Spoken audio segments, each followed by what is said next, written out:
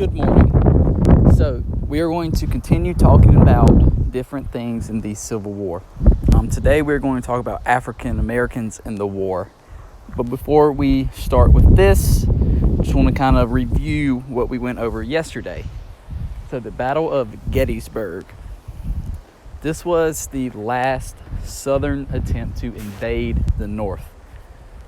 When they invaded the North during this battle, the North pretty much decimated the Southern military. They pretty much destroyed the Southern military, which caused the South to have no military force, and 4 months later they ended up surrendering. So African Americans in the war. I know this might be a little hard to see, so just make sure you're paying attention.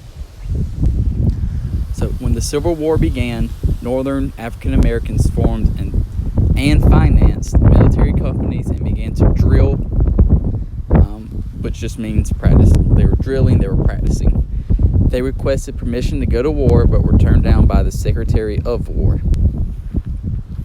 So you had African Americans form and finance their own military forces, and they were wanting to help the North in fighting in the war. Although Southerners did not hesitate to re-enlist or even execute African Americans caught trying to obtain freedom, thousands of escaping slaves still fled to Union military sites. At first, these slaves were turned away because the war was being fought to preserve the Union, not to free slaves. So at first, the war was not about freeing slaves. It was about keeping the Union, keeping the United States together.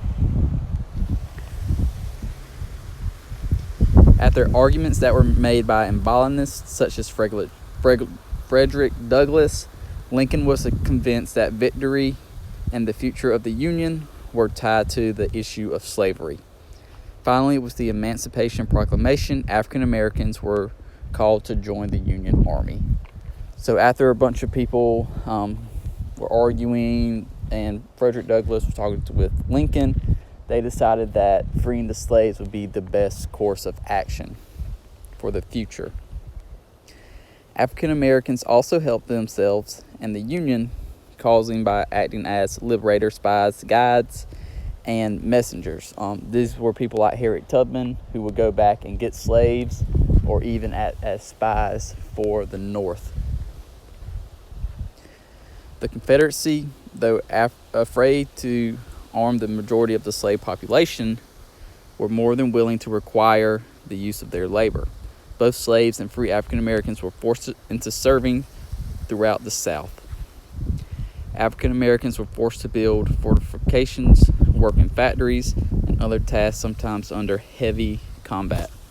Some slaves accompanied their masters to the battlefield, and others were promised their freedom as a reward for fighting. So, once you finish watching this video, complete the Google Doc questions. Good luck.